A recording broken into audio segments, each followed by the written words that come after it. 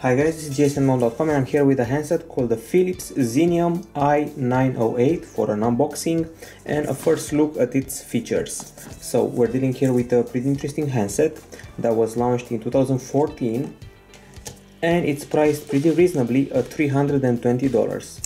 It offers some interesting specs. We got a full HD screen on board, 2 GB of RAM and a pretty big battery, which is as usual customary for a Philips handset. Once again, the device is called Philips I908.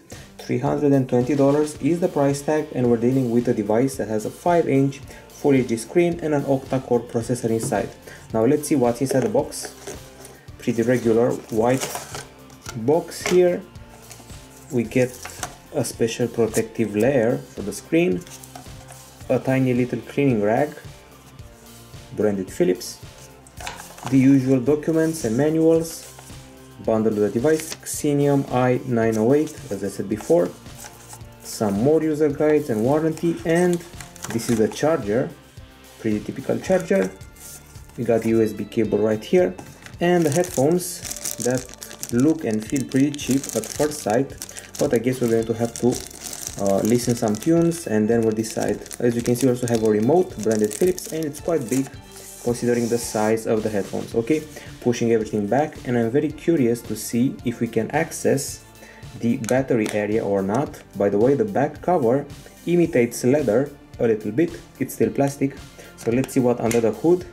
So under the hood we have a pretty big battery, and we also have 2 SIM slots. This is a dual SIM model, and 1 micro SD card slot with an interesting places, this SIM and micro SD.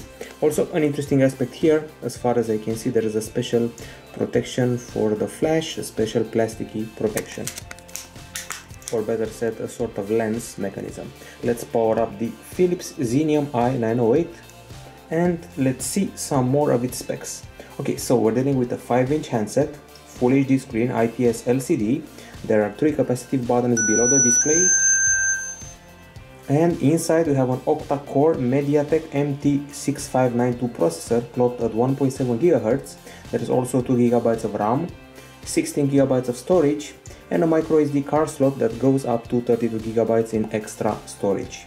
The GPU is of the Mali 450 MP kind, and right now we're performing the initial setup.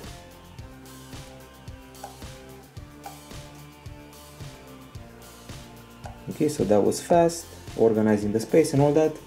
Other than that, we have Android 4.4.2 KitKat on board here. Let's actually check that out to see if it's real or not.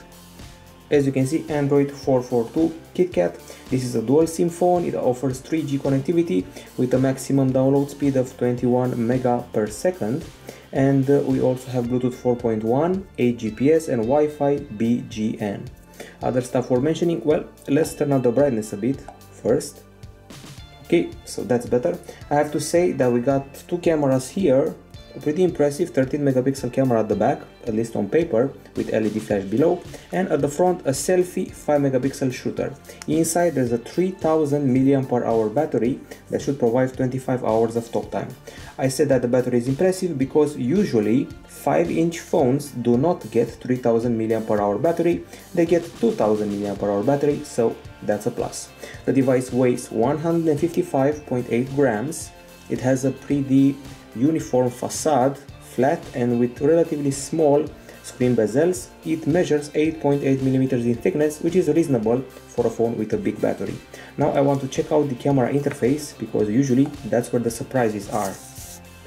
First things, I see there is a good frame rate here, and let's check out some of the options that we got here.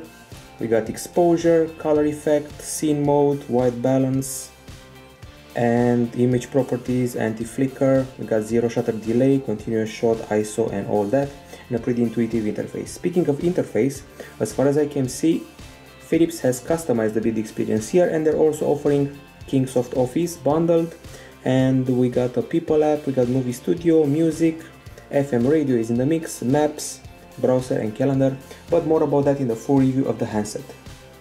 This is the Philips I908.